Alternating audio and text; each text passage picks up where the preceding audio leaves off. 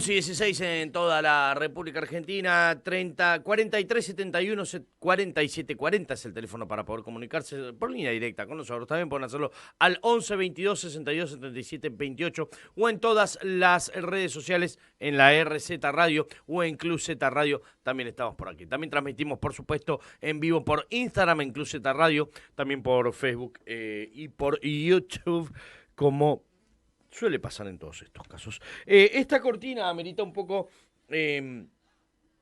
digamos, no sé si la presentación formal, pero sí la caracterización de ciertos momentos que tenemos en el programa con notas /entrevistas. Ya algún día les contaré la diferencia entre ambas, también hasta entre reportajes y entrevistas.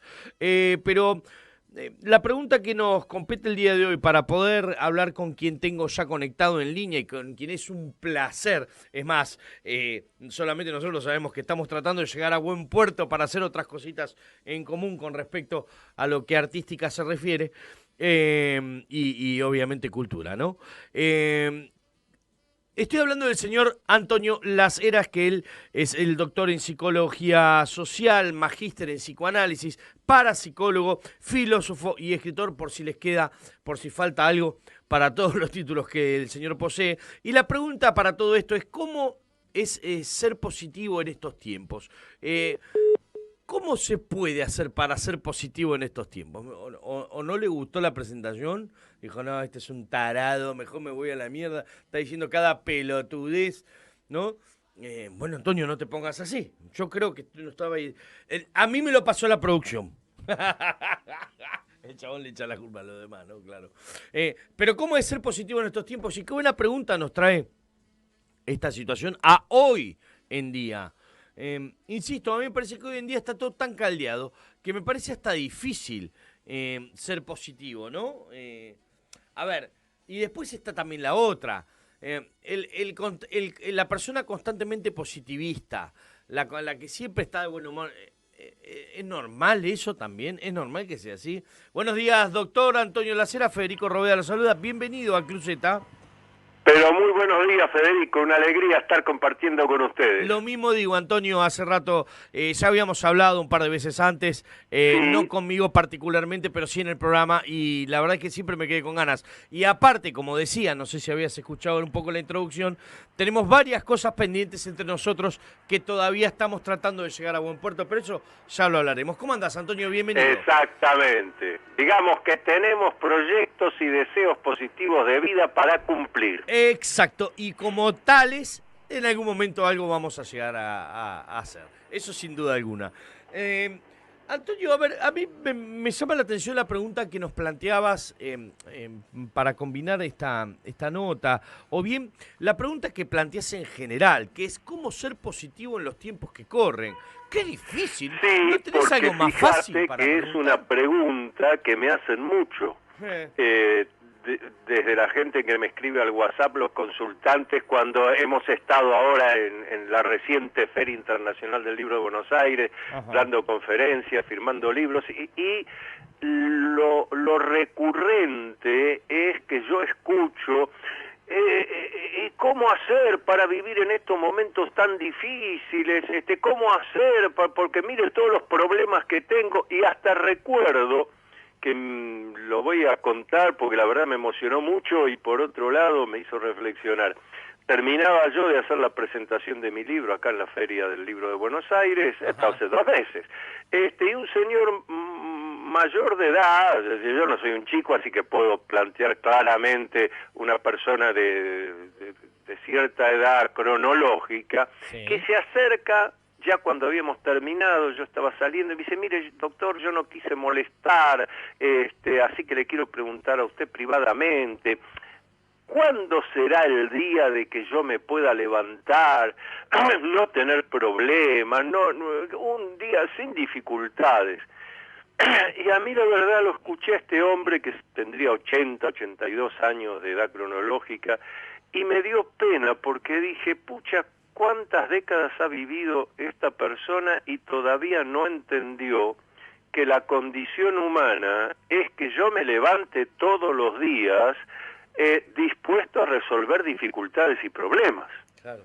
Claro, no es una cuestión de vivir en Suiza o vivir en Argentina. ¿Cómo haces la pregunta? Es decir, digo, pero como este hombre pasó los 80 años y no entendió que el día que no tenga problemas, no tenga dificultades, es porque está en posición horizontal, hay una serie de personas rodeándolo y diciendo, pobrecito, qué bueno, y él está dentro de un objeto que se llama féretro o ataúd. Claro, claro.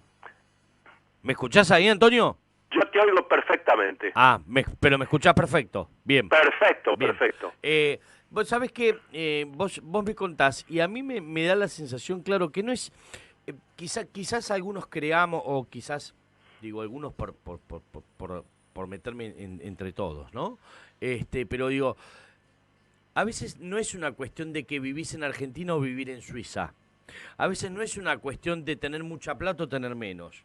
De hecho, no es a veces. No es esa la cuestión, justamente. Sí, y fíjate, ya que hoy estamos en el día en que se cumple un nuevo aniversario del nacimiento de Jorge Luis Borges, voy a contar una anécdota borgiana, periodista que allá en los años 70 lo entrevista a Borges ya estaba ciego, y le dice si podía dar alguna reflexión sobre los momentos difíciles que está viviendo la Argentina y el mundo entero. Sí. Y entonces Borges comienza dice, caramba, Borges era un gran irónico, caramba, dice, usted tiene razón, nos tocan vivir tiempos difíciles.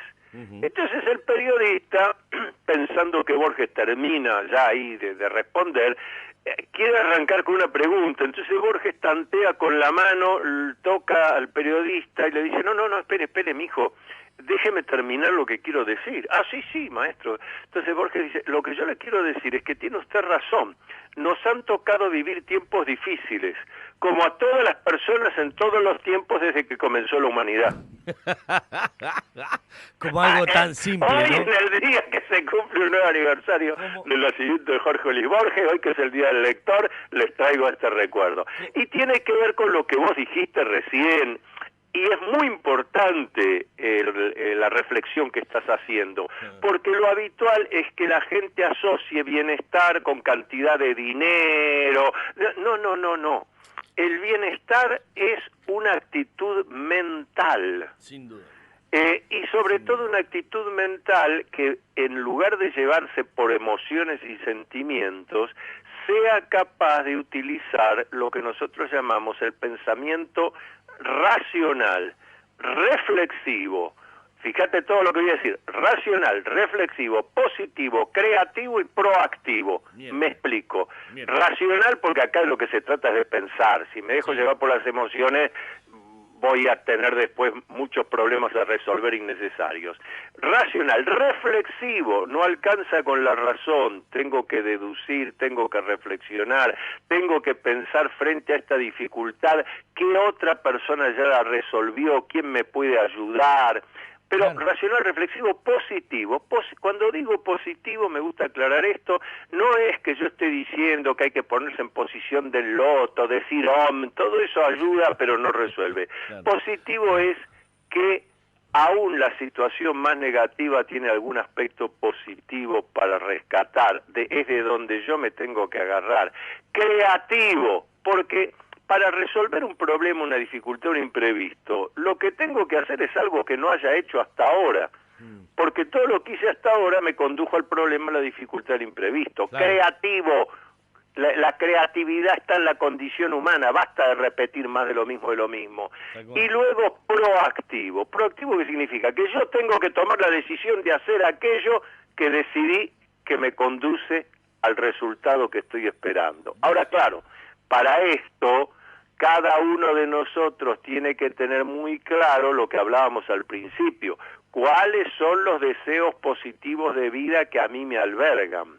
Claro. No lo que me gustaría, no, los deseos positivos de vida que usted tiene, no las frases hechas, no, las cosas originales, las cosas que lo convierten en único, irrepetible a usted, lo que hace a su esencia. Y más de una vez cuando digo esto me encuentro con la sorpresa que me miran, me dice, doctor, no le entiendo. Pero ¿cómo no va a entender que le estoy diciendo cuáles son sus deseos positivos de vida? Porque los tiene tan reprimidos y censurados que ya ni se acuerda de qué cosas positivas le harían bien. Doctor, inclusive a mí me parece, Antonio, Sí. que dentro, vos dijiste racional, reflexivo, positivo, creativo y proactivo. Primero, yo aprendí hace mucho tiempo y hasta ahora me mantengo, capaz que vos puedas corregirme y acepto tranquilamente si es que existe esa posibilidad. A mí una vez me dijeron y nunca se me olvidó que la creatividad salva al pobre. Y no es al pobre económico. La creatividad salva a la pobreza mental. Es decir, el ser creativo te salva en un montón de situaciones en tu vida. Y aquí quiero llegar con esto, es que a cualquiera de estos puntos que vos decís, cualquiera que uno sea racional, reflexivo, positivo, creativo o proactivo, uno de esos objetivos, que puedas canalizarlo, que puedas agarrarle, darle la vuelta y tomarlo, te puede salvar tranquilamente para adelante, te puede sacar para adelante tranquilamente a una mejor vida. Lo que estás diciendo es absolutamente cierto y está comprobado en infinitos casos de la historia de la humanidad, porque volvamos, siempre hubo problemas. Ahora, es la actitud mental, la creatividad tiene que ver con la actitud mental. Claro. Si yo voy a escuchar, y bueno, pero... típico, además, lo he escuchado tantas veces, bueno, pero yo solo, una persona sola, ¿qué puede hacer? Entonces, cuando me dicen eso, le digo, se nota que usted de historia no ha estudiado, usted no sabe historia. ¿Por qué me dice eso? Porque si usted se pone a estudiar la historia de la humanidad, va a descubrir que todas las revoluciones filosóficas, teológicas, políticas, económicas, militares, la revolución que usted quiera, comenzó con una persona que un día dijo esto se puede hacer de una manera diferente, que en general al principio nadie lo escuchó, lo tomaron por loco, se le rieron, la persona fue perseverante, logró el cambio. Esto es lo primero que hay que entender.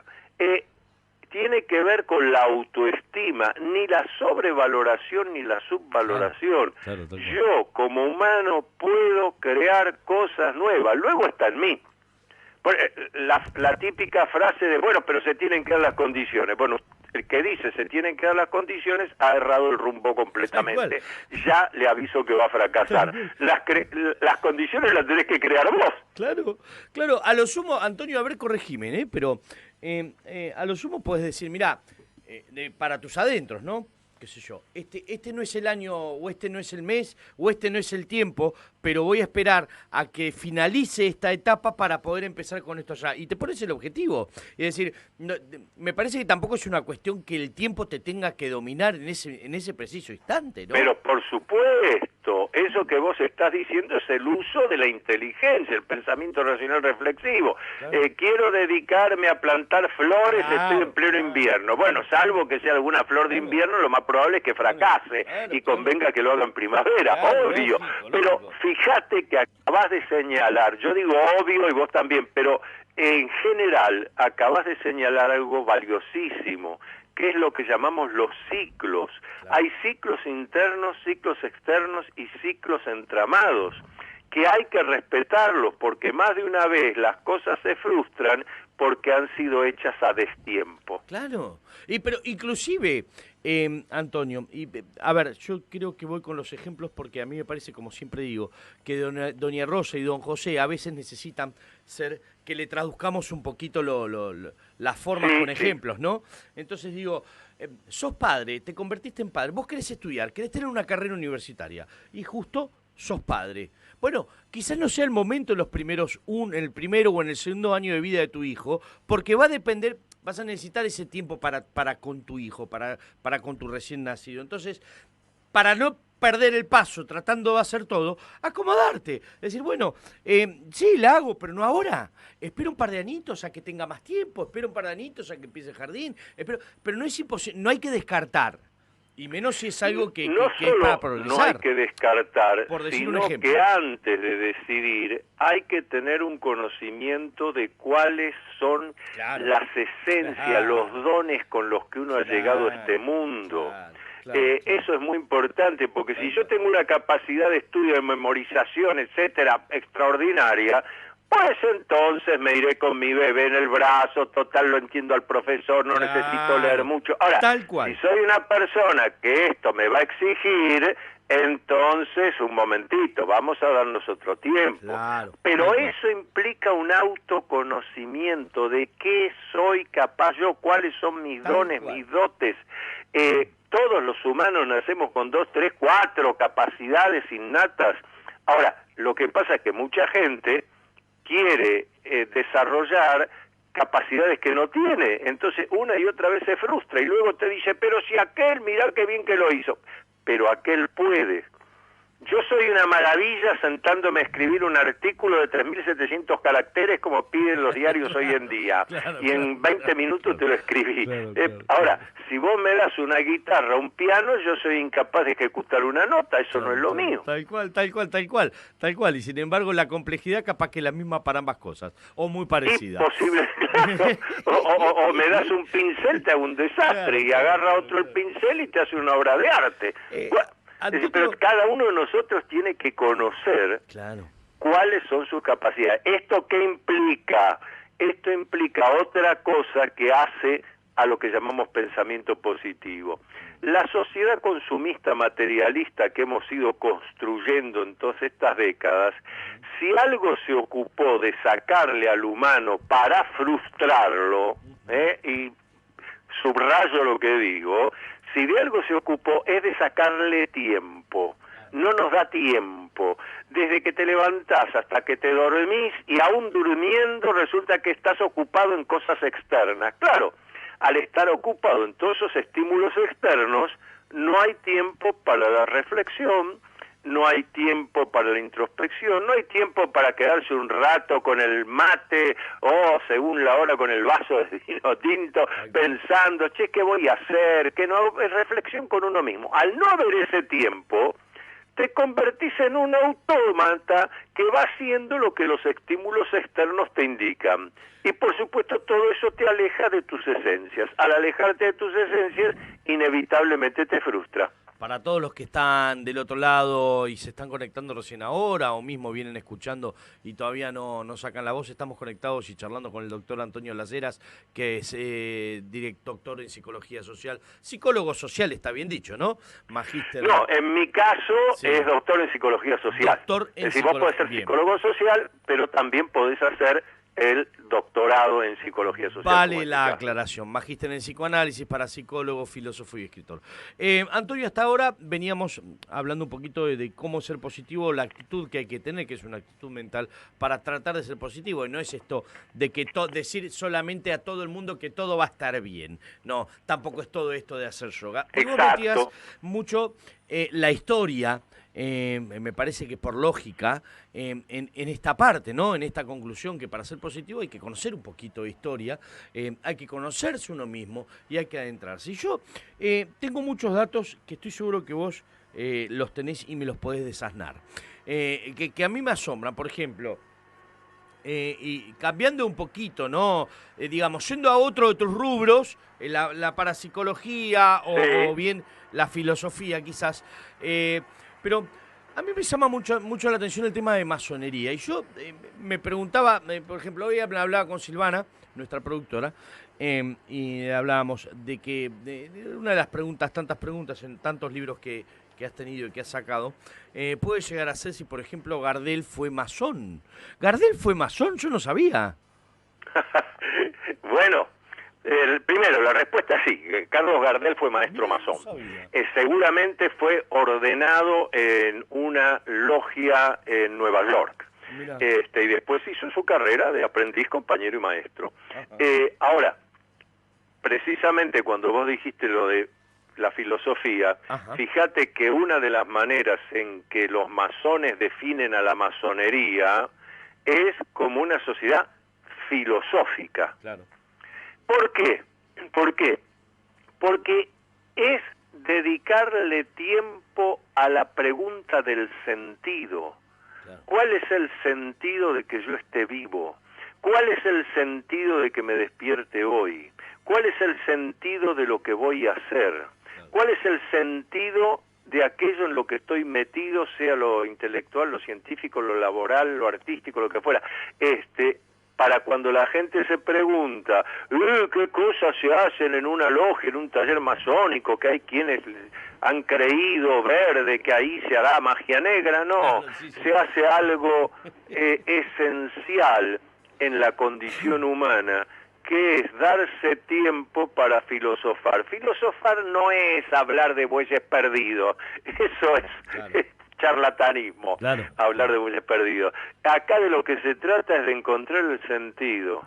Porque, por ejemplo, cuando hablamos de espiritualidad, la gente suele pensar que nos referimos a algo religioso, algo creencial. De ninguna manera.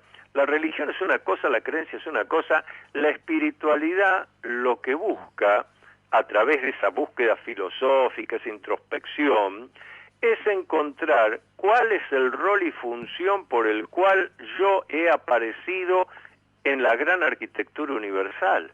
Claro. Por algo cada humano, cada mosca, cada mosquito, cada araña, cada jirafa, cada planeta, cada asteroide y cada humano, por algo aparece en un momento y en un lugar determinado del universo.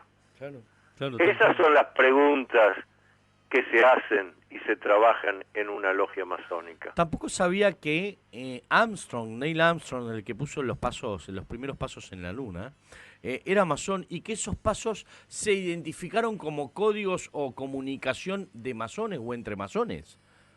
Sí, fíjate que esa es una nota que me publicaron la semana pasada en Diario Popular, así que el oyente que quiera busca en la página de Diario Popular, está mi nota sobre que se titula algo así como astronautas masones caminaron en la Luna, una afirmación. Sí, bueno, 20 de julio de 1969, yo tenía 17 años, y vimos por la transmisión del entonces Canal 7, blanco y negro, Armstrong que descendía y del módulo de excursión lunar, y la verdad que a mí me llamó la atención, a muchos les llamó la atención, que Armstrong desciende, pone un pie en la superficie de la Luna y luego da unos saltos. Sí. Que llamó la atención, uno pensaba, está contento al tipo. Claro.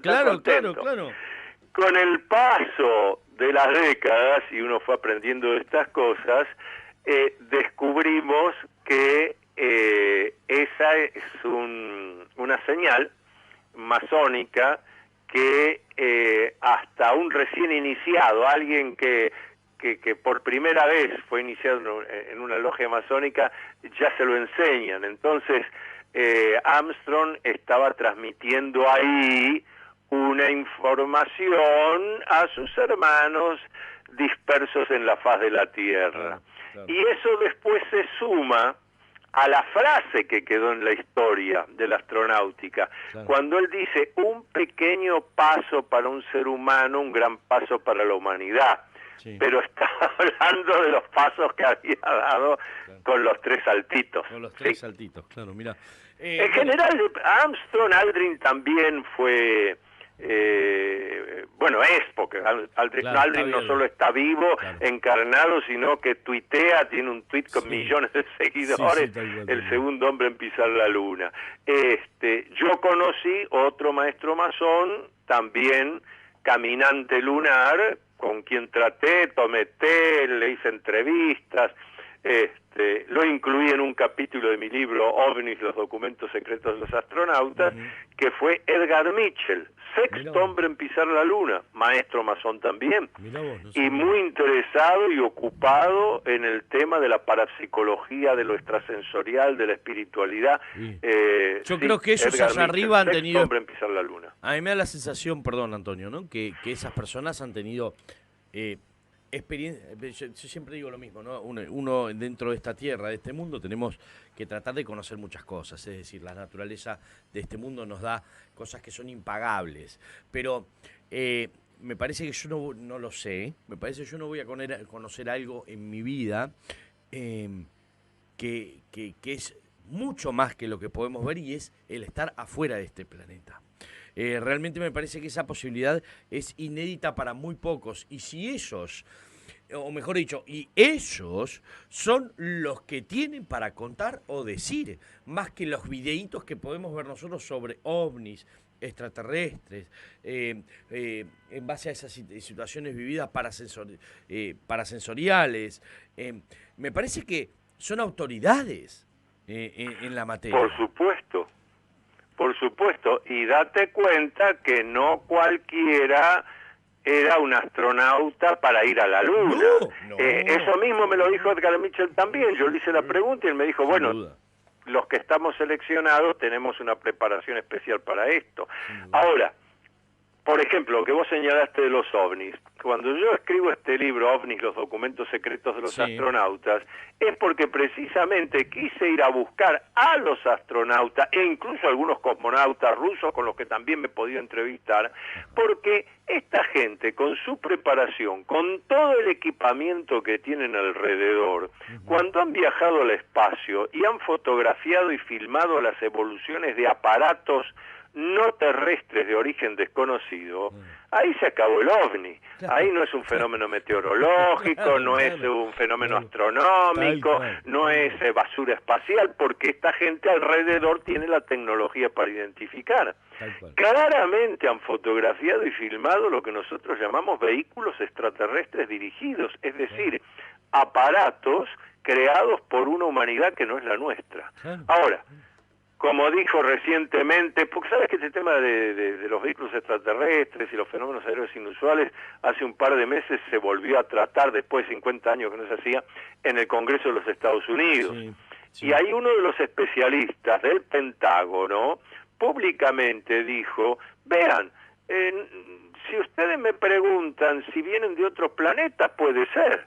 Si ustedes me dicen que vienen de otros universos paralelos, puede ser. Y hasta agregó esto, si ustedes me dicen que son viajeros en el tiempo, humanos del futuro que vienen al pasado a conocer la verdadera historia, también puede ser. También. Dicho en el Capitolio, en el Congreso de Estados Unidos hace 2 meses. Es increíble, pero es una de las teorías que yo siempre decía, alego con un primo mío, que le gusta más en esta materia que a mí todavía, y dice que él está seguro de que somos nosotros en tiempos futuros. Simplemente. Es una de las grandes teorías. Antonio, la verdad es que me quedaría horas y horas. Yo quisiera saber si de acá a fin de año podemos venir a un desayuno, ¿te podés acercar? Yo te invito al desayuno y hacemos una horita tranquilos, charlando, pero bien distendidos de esto. ¿Te parece? Seguro que sí. Dale. Seguro que lo hacemos, lo organizamos tranquilo. Te tomo la palabra. Antes de despedirte, quiero nombrar todos tus libros, que es La Trama Colón, OVNIs, los documentos secretos de los astronautas, El Enigma Tunguska, Pancho Sierra, La Madre María, Belgrano y la Masonería, libro que me va a apasionar, Las Eras, el militar, el hombre, Sigmund Freud, psicoanálisis y parapsicología, y Las búsquedas espirituales de Ricardo Giraldes. ¿Estoy en lo correcto? Estás en lo correcto, pero cualquiera que quiera conocer sobre todo lo que estoy haciendo, mis investigaciones, los libros, los cursos, los invito a que visiten mi página web www.antoniolaceras.com. antoniolaceras.com. Ahí están todos los trabajos de investigación que vengo haciendo. Antonio, un gustazo tenerte de vuelta con nosotros. La verdad que me quedo sin palabras cada vez que te escucho y hasta me da cosa interrumpirte para preguntarte, pero es parte de la metodología que utilizamos en todo esto.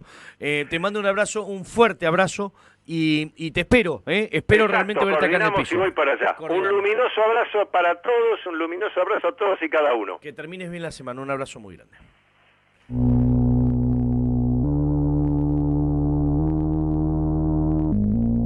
Antes de que cambies, porque esto suena raro,